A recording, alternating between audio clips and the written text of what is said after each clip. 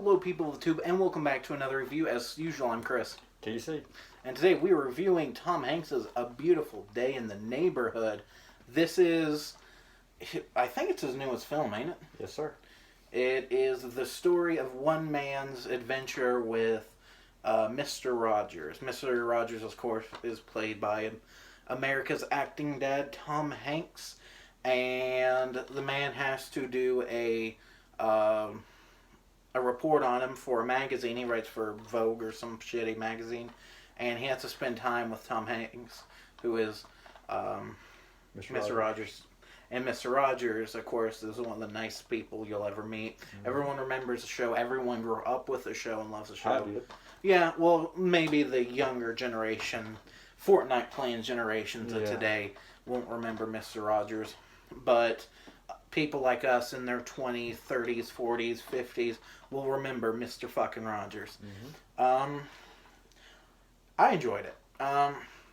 It did feel a little slow at sometimes. I wasn't a huge fan of the main character. Honestly, my favorite parts of this movie was the parts with Tom Hanks. I think while he didn't completely look like Mr. Rogers, he definitely had the personality and he had the acting chops. There were parts in the movie that I was kind of like, I'm not a huge fan of certain parts. Like I said, I wasn't a huge fan of the main actor. But I absolutely loved Tom Hanks as Mr. Rogers. I think he did a great job. And I think he deserved an Oscar for it. Yeah. He didn't earn it, but I'm glad he got nominated because he did a damn fine job. And I would give this movie 7 out of 10. I give it an 8 strong 9 or strong 8. Yeah. Yeah, I would give it a 7 out of 10.